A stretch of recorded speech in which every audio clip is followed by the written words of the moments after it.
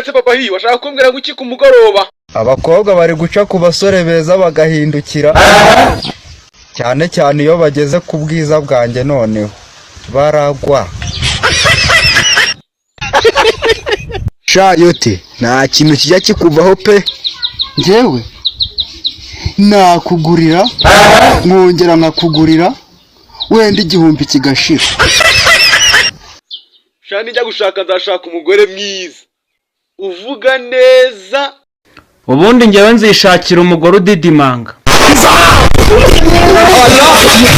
Kubera iki?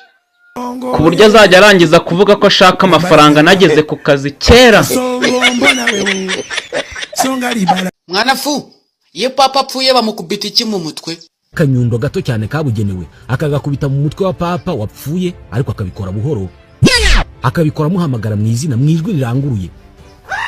Iyo papa atitabye, ubwo umukamerlinge ahita atangaza urupfu rw'umuyobozi wa Kiliziya Gatolika.